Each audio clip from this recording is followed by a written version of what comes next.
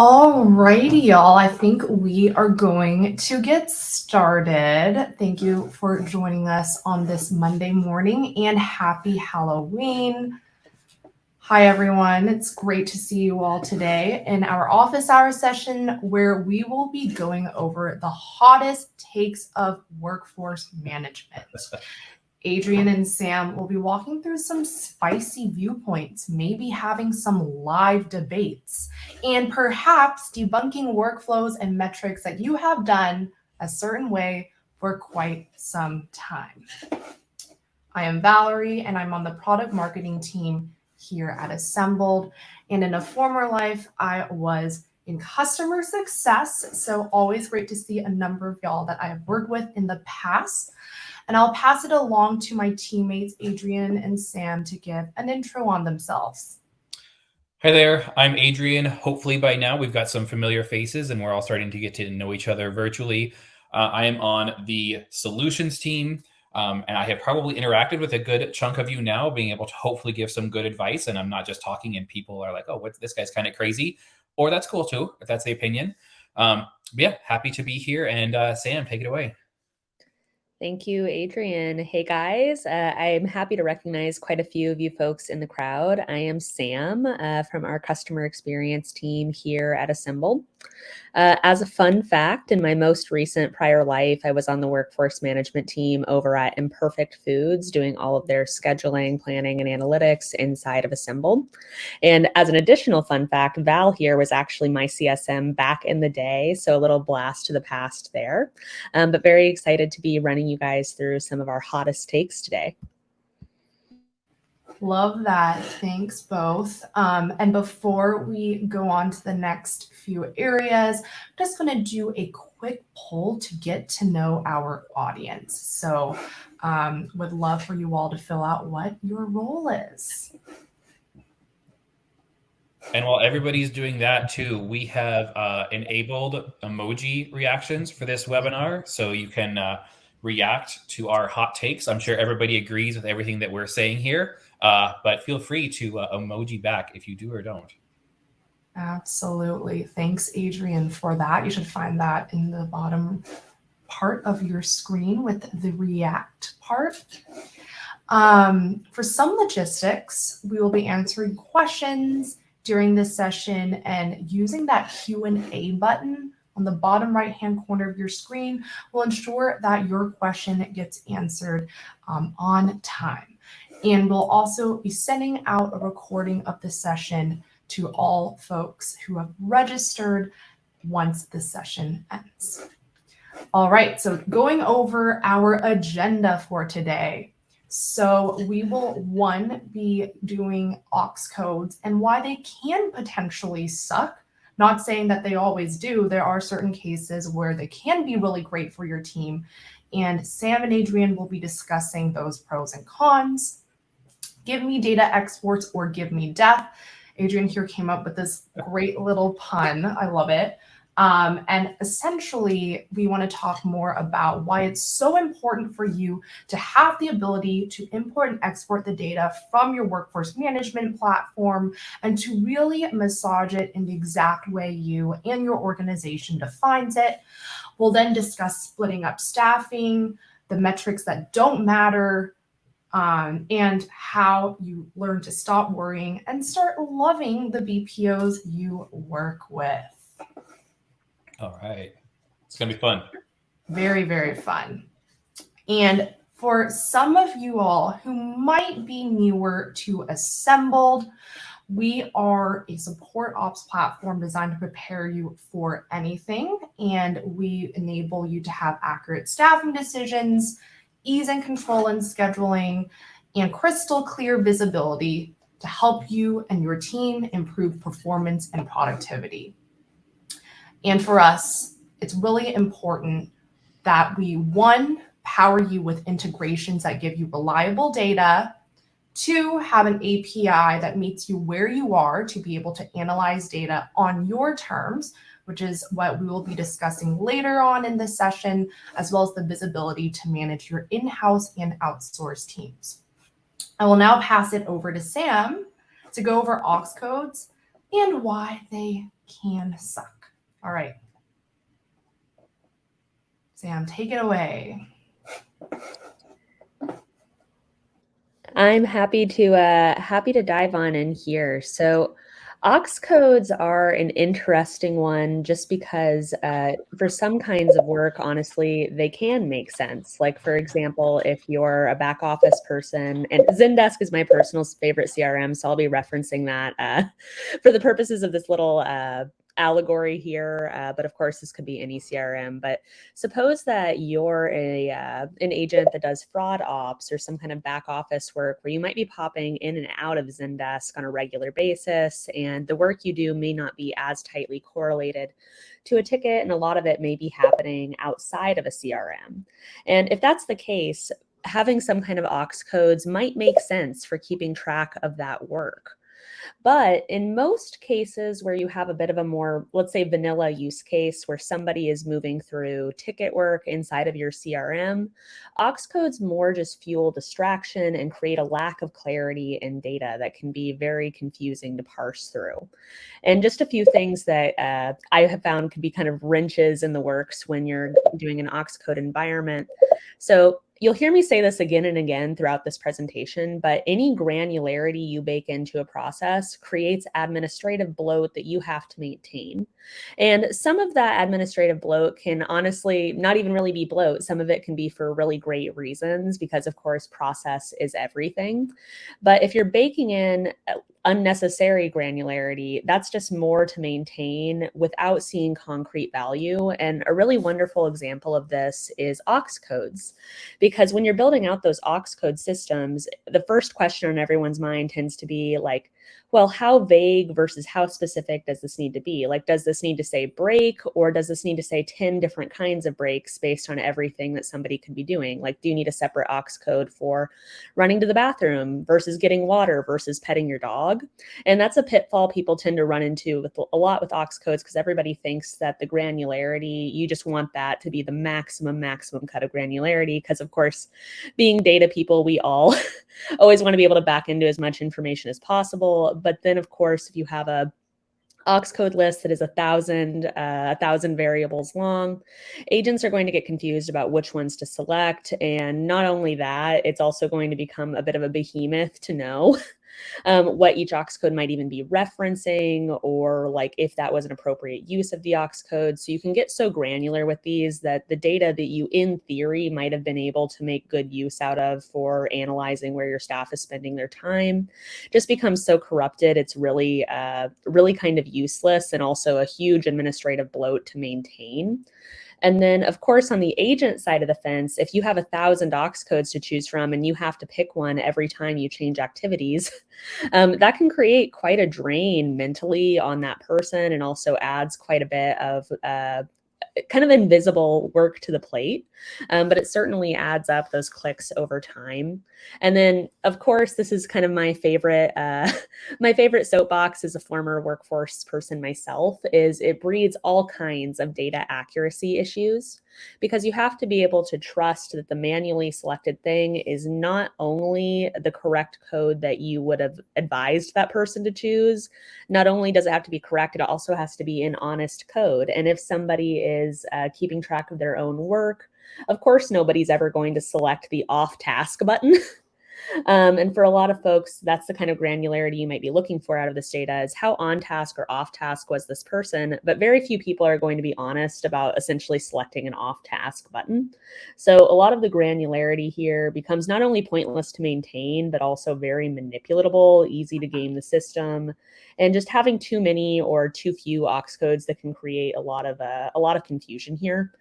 But that's just my hot take, and I would love to hear a little bit more from Adrian's side of the house. Yeah, I think Sam and I are going to agree on this one. Aux codes, they definitely can suck. There is the downfall here. I'm going to give some examples too of how I've seen this done, maybe kind of well, and one that is completely a dumpster fire of ways to kind of go through this here. So to play devil's advocate to start off with, back when I worked at T-Mobile handled aux codes by having only 7 that you could use, and they were physically tied into, when I say physically, it was a physical box to take calls. I know this because I did this for a year, and it's all ingrained into my memory.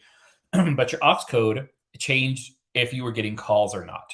So in that case, people were very incentivized to A, use the aux codes to stop getting calls, to go to the break, to go to lunch, or to go to the end of the day. And then B, to use the correct one because it's reporting in real time, which we do grab, and making sure that they're actually kind of adhering to their schedule there. Still wasn't perfect, didn't link up to their workforce system, which I won't mention, but it's not us. So lots of room for errors there. So that's one where it can kind of work. And definitely for back office work, something where you just have no sort of system that people are tying into. I mean, some back office work is still done on paper, as crazy as that is, or just out in the field where there's not any sort of connection. You got to have some sort of codes, something that you can track. And, some data is better than no data at that point. But there's an example I've seen in my history of it going, okay, decently well enough. I'll say it wasn't perfect because that's what my first job was. 90% of my time as a RTA was spent fixing aux code stuff. So it gave me a job, but it definitely wasn't perfect. I'll tell you that much. A way that it has definitely not worked that I have seen with some people, I will not name the company that I used to work for, but you could probably narrow it down. Startup, high growth, wanted to build it all internally. They said, we'll just build an aux tracker. It'll feed into assembled. It's fine. We went through many, many rounds of this, and it ended up, as Sam was saying, this aux code list that just sprawled out. You'd have breaks repeated for each particular queue type you'd be doing. And let me just tell you, all the engineering time that went into there, those engineers' hours are not free. So by the end of it, you've got this sunk cost of probably $100,000 tool that the agents don't want to use. Nobody's forcing them to use. It's feeding bad data. And at the end of it, it's like, well, why don't you just let us hook directly into your Zendesk, your Salesforce, like we already do, and pull the data out of there? I'll tell you that is sometimes an ongoing conversation there, but it is something to take a look at. There's been a couple examples in my past. And one other fun little note that I like to leave on here, Sam pointed out this as well, be kind of like, are they, even if they are using them, are they being most truthful in the aux code being used? I've always known what this term was in general, but I just learned the official name for it last week, and that is buddy punching, which I thought is hilarious how it is.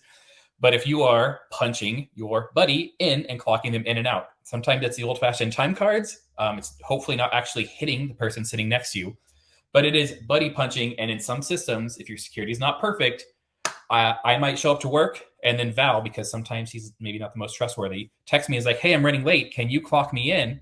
Sure, Val, you're cool. I'll do that. Aux codes. Don't go down that route unless you actually have to. Don't open yourself up to that. So there's my hot takes. I'm pretty sure everybody agrees here. I saw a lot of smiley faces. So unless that's the only emoji we opened up, everybody agrees. I like it. All right. Were there any questions that popped up? I don't think so. Val, do we want to go to the next one here?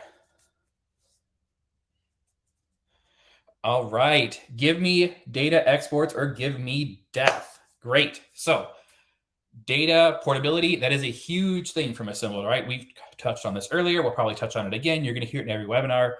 That APIs. Not only do we want to bring the data into Assembled, obviously keep it secure. We're only going to pull in the data that we actually need to see, such as like amounts of calls or amounts of contacts and the time that it takes. But we don't want to hold your data hostage. It's right here in the top. Do not hold your data hostage. This is your data. Your agents are out there working. This is stuff that they're doing. You are paying for the software. You are paying to support those customers. Do not lock the data into a system. And that is not at all what we are about.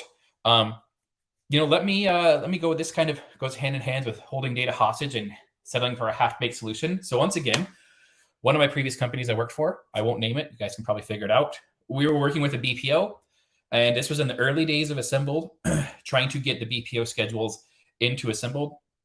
On the Assembled side, everything is good to go. The BPO just was working with some software that I'm not even sure is around anymore that would not export, would not integrate, would not export or anything. They finally got some exports to work, but they were only in PDF because the system they were using wanted them to pay more to be able to export in a CSV. So the poor guy on the BPO that I'm working with, because he's chained in there, it's hostage, he is having to find some janky OCR, so character recognition software, to read these PDFs, to put it into CSVs, to try to dump it into Assembled. And I felt so bad for the poor guy, but we needed him to do it and get it in there. And that is a great example of why that company is probably still not around today, because they held the data hostage, or they gave this half-baked solution to force you into a pay-to-play model to get your data out of there. That is not what we want to do here. You got to be able to export the data. We work with a lot of customers and that already have some sort of like business intelligence team, maybe some sort of looker or some sort of tool set up on there and that they're already using. Right? When you're going through stuff with this company, it's not just workforce data. You might have financial data, everything else. Why not just pipe that in, have the people that are experts at manipulating that data, put it together. They can make sure that you are always using the same. When I measure AHT, it is exactly this because it's all in my system versus the way I want to manage AHT or average handle time is slightly different than assembled. So I know there's always like a compensation factor, and that's fine. It's your business. You measure your data how you want to do it. So pipe that data out, use it as you want. I will say a little bit of devil's advocate here because I like to throw that in there. Canned reports are definitely canned reports, but there's some place if you really need to have maybe that like quick snapshot to have minimal reporting. So you're not just looking at a table of data or something in the tool. And you'll see we kind of err on that, give you the data you need and not just kind of blow you up with a whole bunch of data you don't unless you want to export it. So I will say some data a little bit. We actually got this as direct feedback 2 weeks ago when we were out visiting customers that they love to be able to have something they can take a quick screenshot, send to a manager, send to a BPO or something like that. But when it comes to any sort of digging in a little bit deeper, ship it out, let them work with it. They are so much happier to have that. So that is my hot take. Don't hold that data hostage. Give me data or give me death. Sam, what do you think?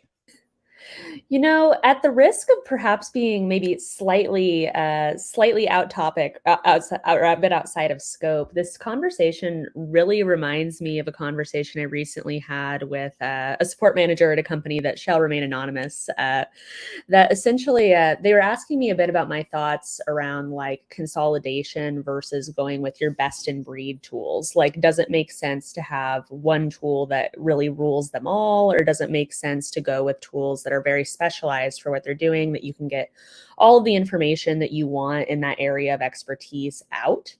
And I'm always very much on the side of like expertise over consolidation, just because one tool, unless of course you're going for something that's like Salesforce-esque in complexity, which I think most folks here know, like setting up a custom Salesforce instance or well, that's really the one that's most top of mind for me because that's the one I've had the most experience with. But setting up these incredibly customized platforms that are like supposed to be able to do all the things usually isn't as one click of an experience as you're thinking it's going to be from the get-go. You might need to have years and hundreds of thousands of dollars of like dollars going towards that project to be able to get the kind of granularity and splicing and dicing of the data that you want all in this theoretical one place, versus if you just go with tools that are best in breed for what they're doing, that have very open-ended access to data exports, APIs, things like that.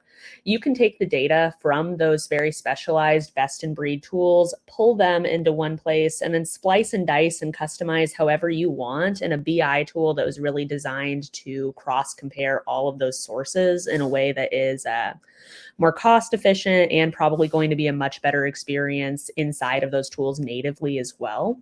So that's my my extra spicy take on this one.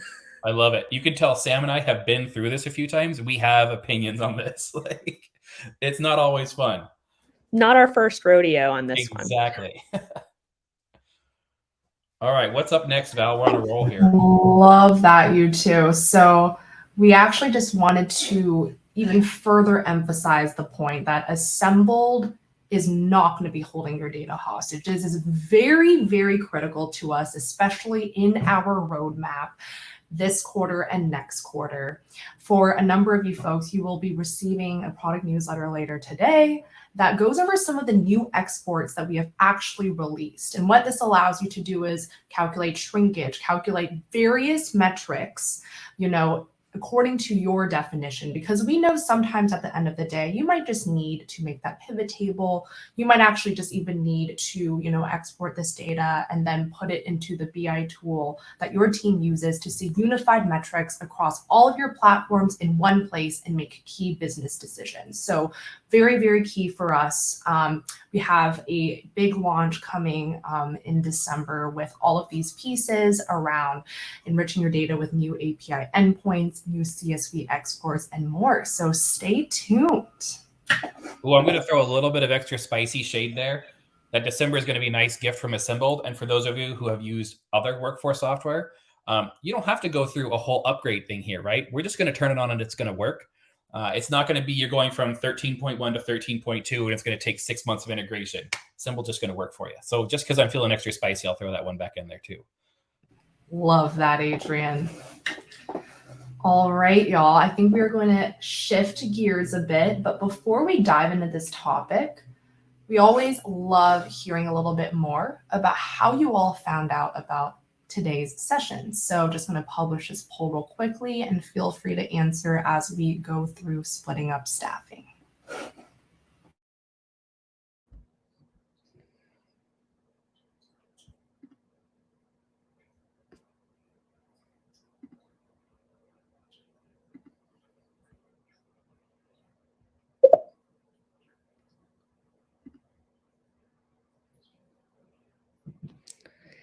All right. So this is another one of my favorite little soapboxes here, folks. Splitting up work with granularity that actually matters. So you may remember what I said from a few slides ago, and I think that this really holds true anywhere you're kind of adding in that, what I like to refer to as like administrivia. Anywhere you're like injecting that like extra dose of admin labor, it's really important to think about, is this the slice of granularity that actually matters, or is this going to be distracting, bloated, unnecessary? And what I mean by that from a staffing perspective is it's very important you get the right cut of granularity on this, because on one end of the spectrum, if you're not staffing towards any kind of specific volume, you might be missing out on a lot of opportunity. But on the other far end of the spectrum, if you're trying to staff towards every single tag inside of your CRM environment, that might also be setting you up for a different kind of trouble. So it's important to think about, what is the staffing granularity that will make the most difference to your team? So touching on this a little bit more specifically, if you're kind of under indexing on specialization and you're someone that's in what I like to refer to as more of like a free-for-all environment where everything just enters into one queue, or maybe if you're very, very early along, this could even just be the same shared Gmail inbox. I've seen that set up before if you're very, very early. But everything could be inside of just one pile with all of the folks across your support team kind of equally taking share.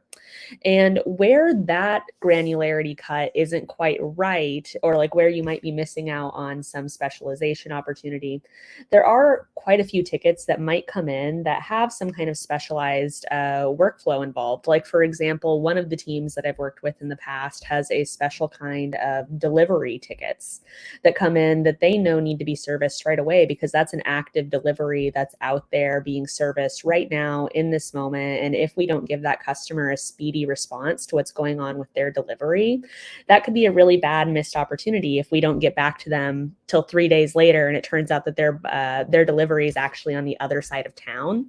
That might be really tricky, versus if that were responded to in a much more timely manner, that customer is probably going to be a lot happier, and that you might have, in this particular case, a better chance of actually recovering that merchandise. So that could be one example of something where, because of the degree of urgency, you want to make sure that that's not just staffed on a first come, first serve basis, and that's actually staffed so that way someone's getting back to it just as quickly as possible. So that's one example where having that segregation can really help with speed. And then on the flip side, maybe there's some kind of specialized workflow that takes quite a bit of muscle memory to be able to make it through efficiently. Like maybe a billing dispute is a really common one, or certain kinds of escalated contacts, where somebody could get through that probably a lot faster if that was just the thing they were doing all day. They have this muscle really, really built up, versus somebody that just gets this every once in a while, once in a blue moon. Basically, if you have 100 tickets coming in a day that are these really specialized workflows, and you have 100 agents, it might make more sense to have 100 tickets a day would probably be a lot for any one agent, but it would probably make sense to staff to that specifically, versus having 100 of your agents each get 1 ticket if it takes up that kind of muscle memory.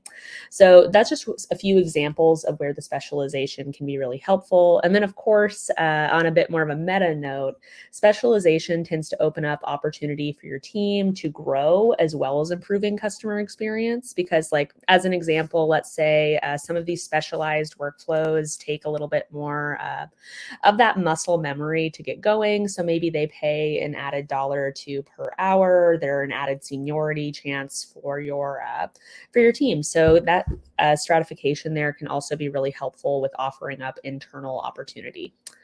So that's kind of one side of the coin where going from a generalist approach to something a little bit more granular can be helpful.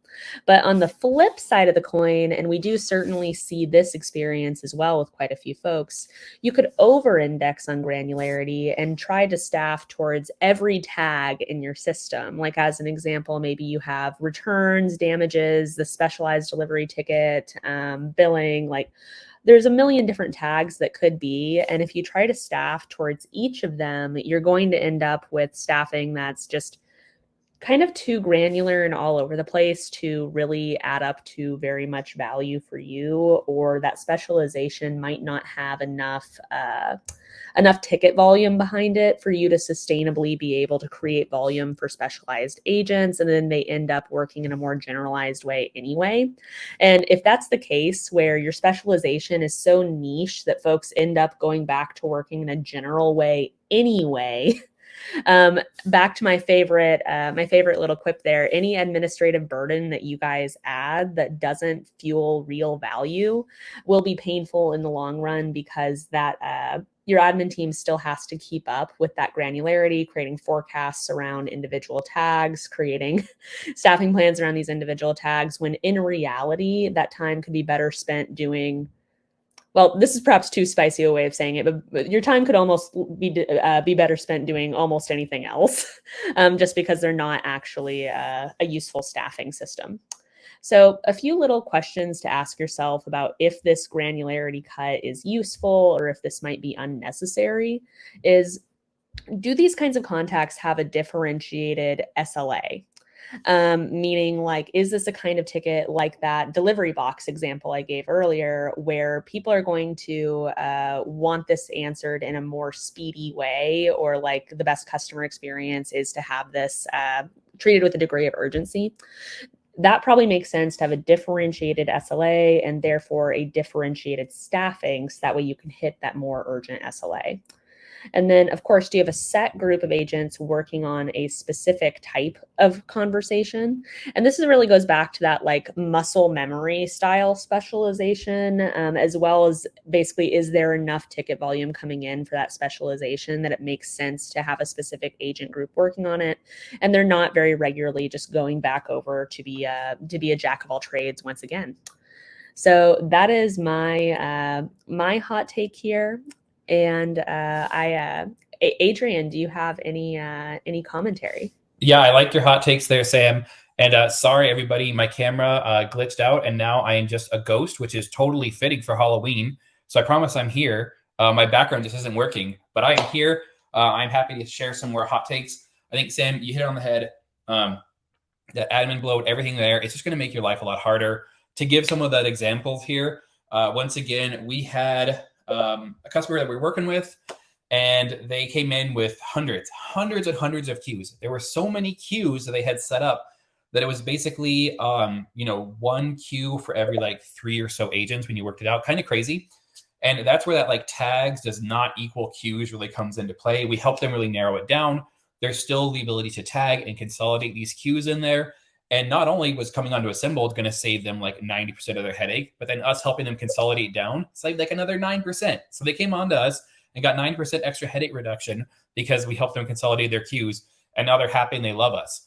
That's just one example. I know Sam probably is going to have just examples this week that she's going through with kind of helping people out. So definitely a spicy way to do this. Once again, maybe somebody that did this well, T-Mobile would just consolidate a whole bunch of different tags into these larger staffing groups.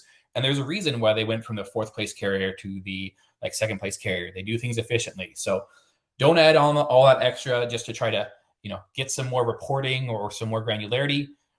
pull that out in other data reports, and don't make yourself a million queues. Just don't. It'll hurt me if you do. And before we move on, do we have any questions about this here? I know we've still got some people out there. There's maybe some chats going on. Any questions coming through about stuff we've been talking about? Well, we're waiting on perhaps a few questions to roll in. Kind of a little mini hot take here, if folks don't mind indulging me.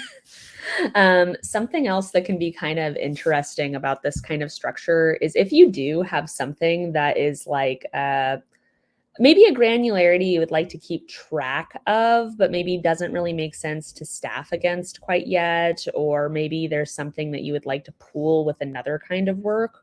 One way, it's a bit more niche, but one way I've seen folks approach this that I find very interesting is consolidating multiple tags into like a single queue that is staffed against. Like as an example, maybe returns and damages don't make sense to be staffed against, but you could pull together like returns, damages, and maybe something else that's related. That can be another way that you can potentially build out that specialization muscle, is kind of grouped into a category versus just all being one thing. So that's another way you could approach it, though admittedly it's a bit more niche.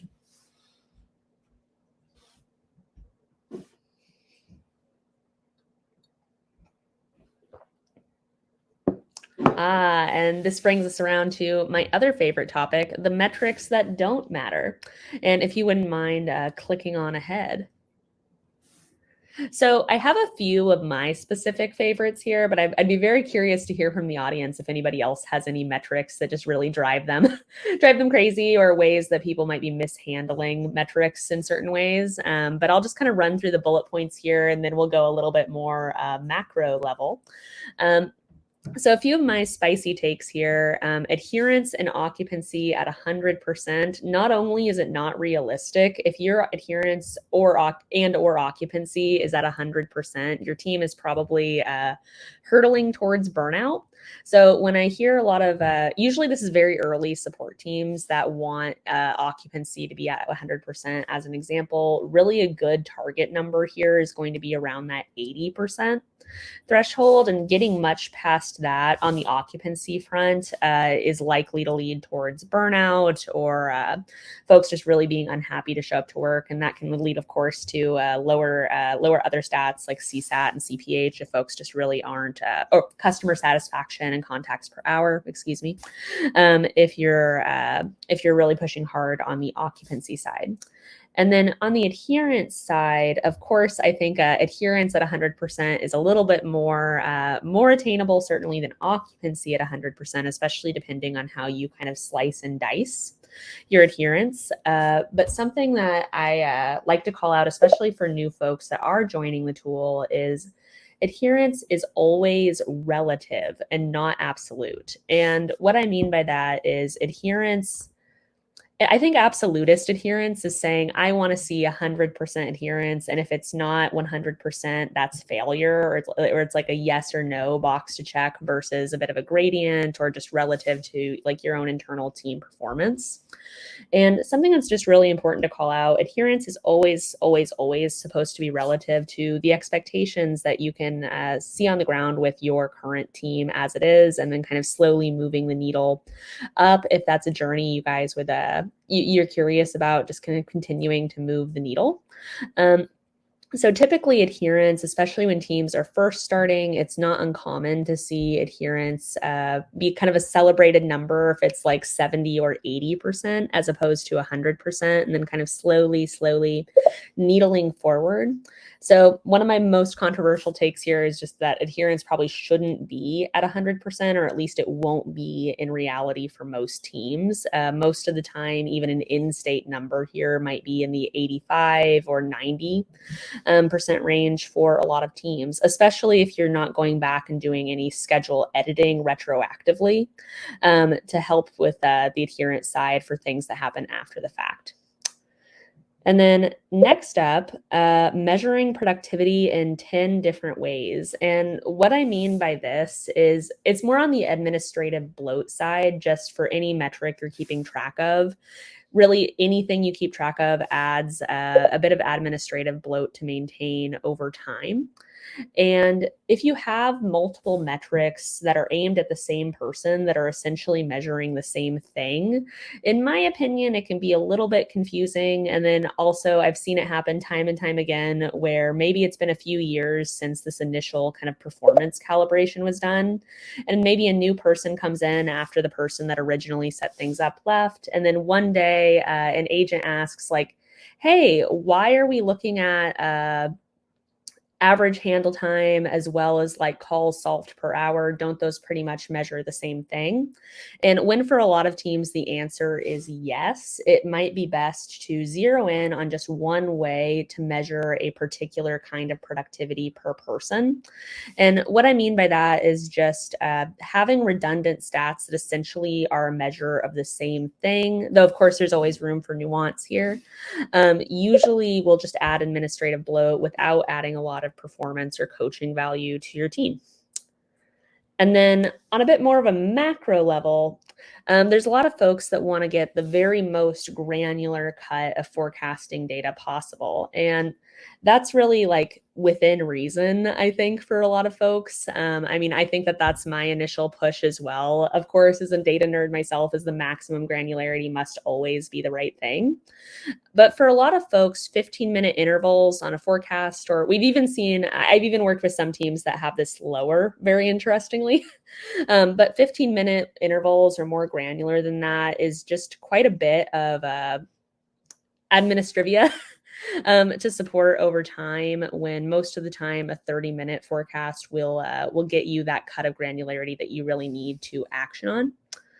And then this might be my personal favorite soapbox to hop up on. Utilization is overutilized. And I think this could kind of be bucketed with adherence and occupancy, in the sense that utilization is relative and not absolute. So if you're shooting for 100% utilization, you might actually be shooting yourself in the foot, haha, a little bit on missing out on some other very meaty, juicy projects that could be used with a little bit of dipping into that queue utilization. And what I'm referencing here specifically is I've had the chance to work with a lot of very wonderful teams out there that actually have utilization more in that 60 to 70% sweet spot, with some of that utilization that they might be missing out on in the queue actually going to solving additional problems upstream. Like, as an example, suppose you have an agent that is working at a very high utilization where they're just in queue constantly moving from ticket to ticket.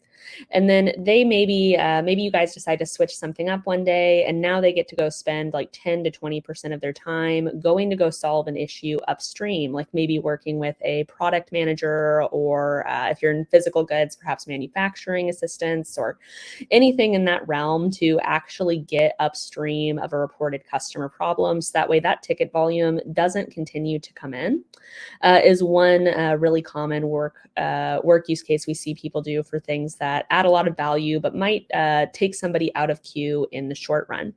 So utilization is overutilized a bit as kind of an end-all be-all metric for productivity, when in reality, there could be other things that your team could be focusing on outside of queue that might actually add a lot of business value. So anyway, that is kind of some of my spiciest takes of the day. I'm very curious to hear Adrian's take on this, and I see quite a few comments I have to read through. So excited to dive in here. Yeah, Sam, that was great. I very much agree on these metrics. The metric burden is just crazy. Even on some of these, maybe it kind of lumps in with the productivity. Once again, at a previous company, same thing. We were spending lots of money. We were trying to optimize down for our chat channel and say, hey, we've really got to meet these like 90+% SLAs. And then it turns out we weren't meeting them already, right? That's why we're looking to spend more money. And then I had the idea to go and look at the actual customer satisfaction scores. And the wait times that customers were experiencing was not impacting their customer satisfaction scores. So we said, hey, instead of looking to hire on, a whole bunch more people to try to hit these goals that we've set ourselves on these metrics that really don't matter at this point, let's relax them. The customers aren't seeming to care. They still are getting answered within a few minutes instead of the 30-second craziness that we have. It's a metric that straight up does not matter. And we made ourselves. We dug the hole. Let's get out of it.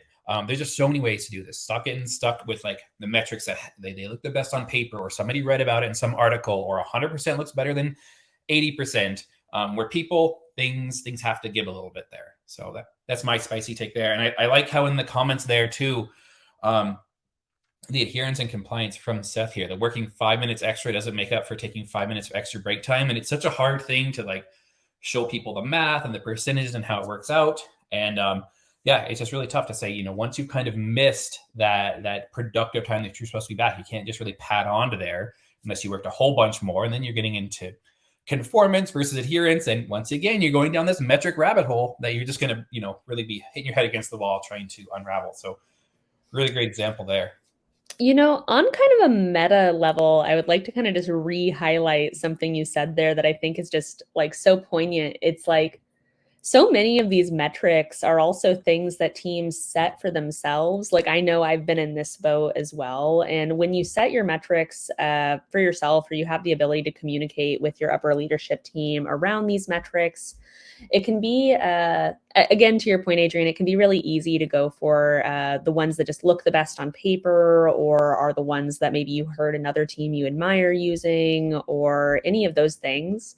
But really, your support team is always on their own journey, swimming in their own lane. And all of these are always relative to you and what makes the most sense for you. So it's perfectly okay if you're ever taking a look at your metrics, and especially considering for a lot of folks, you might even be inheriting a team that had a lot of administrative bloat from the last person that was there, or maybe the last person that was there, and no one has this is actually one of our favorite things to say around the assembled office. We call it a red extension cord, but the idea is things that maybe a new hire would notice, like a red extension cord in the middle of the floor that everybody else is so used to working around that nobody calls it out, and nobody says hey, everyone's tripping over this extension cord every day. Why is this here? But maybe a new set of eyes can see that. And that's one of our favorite little stories to tell around our own office here. But when it comes to metrics and this kind of administrative bloat, I find that so often you ask hey, why are we measuring this or that this way? And if there's not really any good answer, it might be time to just take another look, reevaluate, and think are we just doing this because it's the way it's been done before? Or are we doing this because it actually serves our team? Well said. All right. Looks like there was some conversation in the chat, which is great. But let's jump into the last one here. The no hate, the only love for BPOs. I stopped worrying and learned to love the BPOs. You probably heard this one from me a couple times, but I will continue to go down this opinion trail because I really do think that BPOs are still probably underutilized. And this is not just following the trend of, the economy and everything like that. It truly is just a way to really kind of leverage out and really upscale the work that you are able and the quality you're able to provide there. So the first one here, this first spicy part, BPOs aren't just on par with agents. They might even be better. It's the BPO. It's not a 4-letter word. It's not something you should be scared of here. It's not something you should maybe even hide from customers to say, we are using other companies to help us out here. Their model has really changed. Actually, just a couple of weeks ago, we were out doing some visits with some customers and managed to work with some of the BPOs and go hang out with them. Truly, when it comes down to it, there are some BPOs who will compete or even outperform internal agents on these stats, which is great because they have the ability to give you some of that benefit of return on the larger numbers, the scale there, but then are not going to provide subpar performance. You can empower your agents with BPOs. This is a great one too, because people then say, oh my gosh, these BPOs, are they performing as well as my internal agents? Internal agents start to get scared. It can kind of spiral from there. But outsource those easiest cases, the cases people maybe don't have the want to work, outsource those. You can maybe save some money. You can save yourself just the burden of having to maybe open a 24/7 call center or having to staff up 3 times the work just to take these cases. Let somebody else sort of handle it. There's a Simpsons episode that says, why can't somebody else handle it? But we're going to do it correctly here instead of just pawning it off on somebody else. And then that creates opportunities for your in-house agents to really start to specialize, right? They're there. They are now just able to focus on some of the more tricky topics. This is kind of what happens internally. We're still small enough here at Assemble that it's all in-house, but our support agents are really able to be part of like the product teams, the engineering teams, and really give that feedback and be part of there, be actually included, be totally part of launches of new features that are coming out. And these are things that can also happen by letting your agents kind of unshackling them from having to just go through, a couple million calls a week. Maybe now you can cut that a lot back by having BPOs handle that there. It's also useful for that back office, the QA or some sort of other work. Languages also fall into this as well. It's not just ticketing. You can outsource lots of things. I did a lot of flights. Guarantee a lot of those jobs that were at the airport were being outsourced. For the most part, they were doing pretty good. And it's not just about cost. Like you said, you can outsource things that are labor intensive, things that people don't actually have the training for, things that you don't want to go through the training for. I know I myself would have a really tough time being able to staff up a team that speaks a language I have no experience in a country I have no experience in. So instead of trying to do that myself, you take on somebody who already has that kind of experience. So these may not be the most hot takes because this is kind of what a BPO does. But I think the overall hot take here is if that thought has crossed your mind, or if it's just crossing your mind now, go for it. Go look at those BPOs, travel down that path. Sometimes it may not even be all about money savings in just the dollars and cents, and it comes out the same amount per hour. But then you think about all the all-in costs and having to set things up in other countries, and maybe you got to now move more admin staff or start an office there. Just things that you can hopefully avoid or minimize by using the BPOs. So maybe not as spicy to end it off with, but I think still a very important take.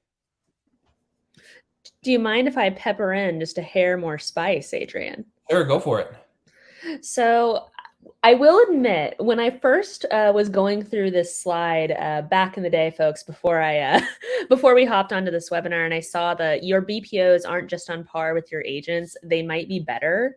I will certainly admit that raised my hackles just a bit because I've certainly worked on many support teams where I'm sure this might resonate a bit with folks in the audience. Occasionally, you do run into BPO teams that are like, hey, I definitely know if somebody's going through my internal team, they might be getting better service than going through the BPO team, or like, especially if you have a tiered model where perhaps that kind of first tier or like lowest effort tier is staffed by BPOs, and then going up into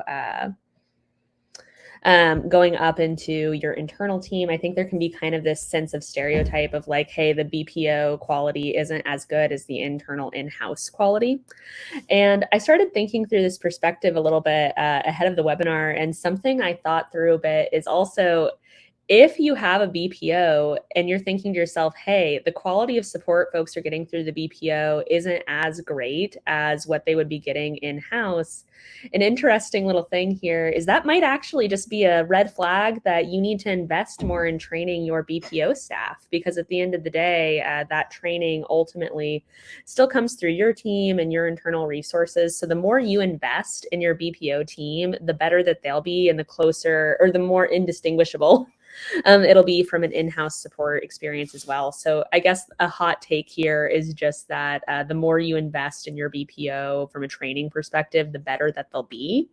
And of course, if you just set an untrained team out into the wilderness and are just like, hey, respond to tickets, you're probably going to get a lower quality experience than if you invest the time working with their team to train. So that's my hot take.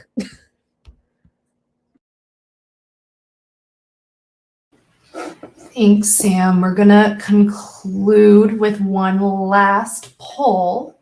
We always love to source our next topics from you all. So would love for you all to submit what topic you'd be interested in. And if you don't see an option that you like on here, feel free to send in the chat.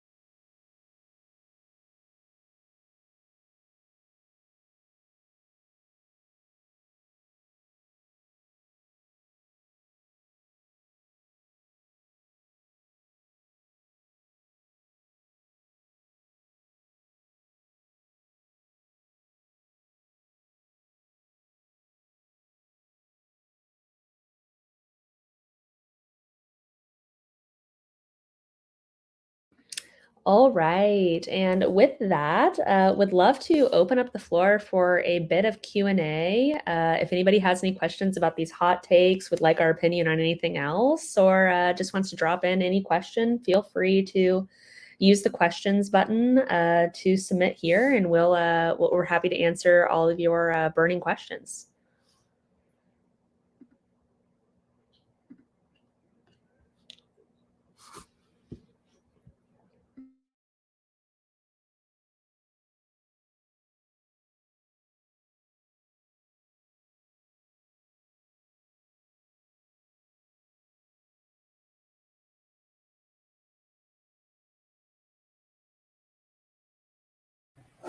And also, y'all, for submitting questions, if you could please use the Q&A button on the bottom right-hand corner of your screen, that would be great.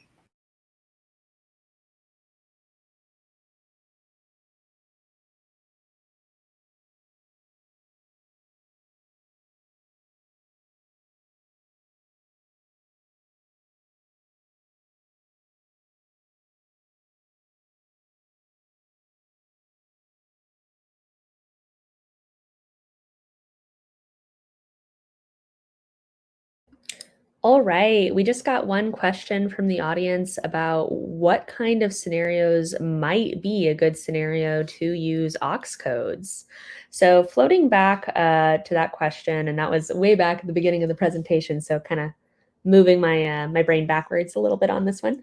But on the so for things that might make sense to have an aux code, so it's not that aux codes never ever make sense. It's just that they tend to be a really messy way of keeping track of the data. And if there is a way to bake in real information from your CRM or track a different way, you will probably have better luck there, just because it really takes the human error out of the equation and gives kind of more specific actionable data overall.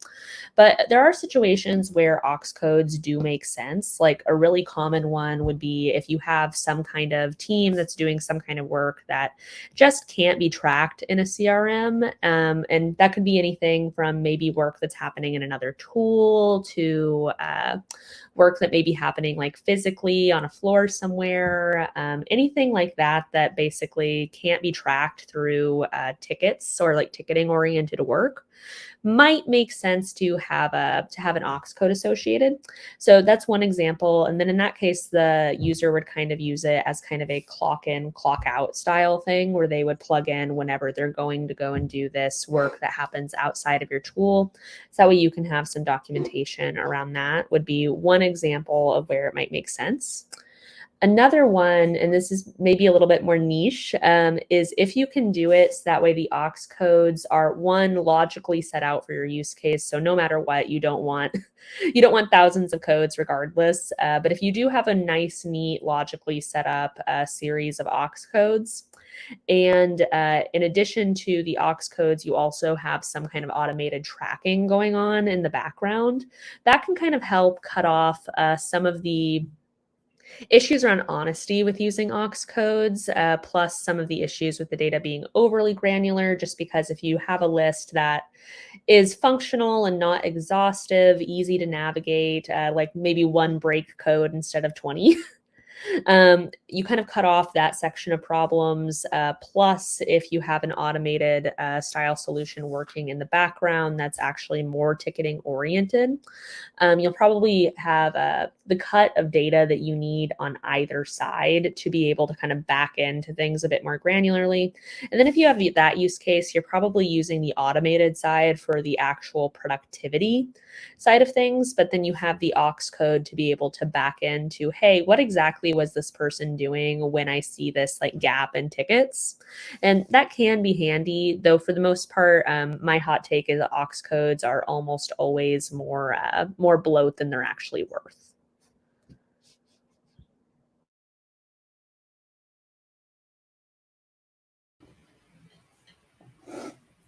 Thank you, Sam. And I think we are approaching and nearing the end of our session today. Thanks so much, folks, for joining us on Halloween on this Monday. And if you would like to continue the conversation, you can always chat more with Sam as well as our team, and let us know if you have any thoughts on anything moving forward. But thanks so much again, y'all, and have a great rest of your Monday. Happy Halloween.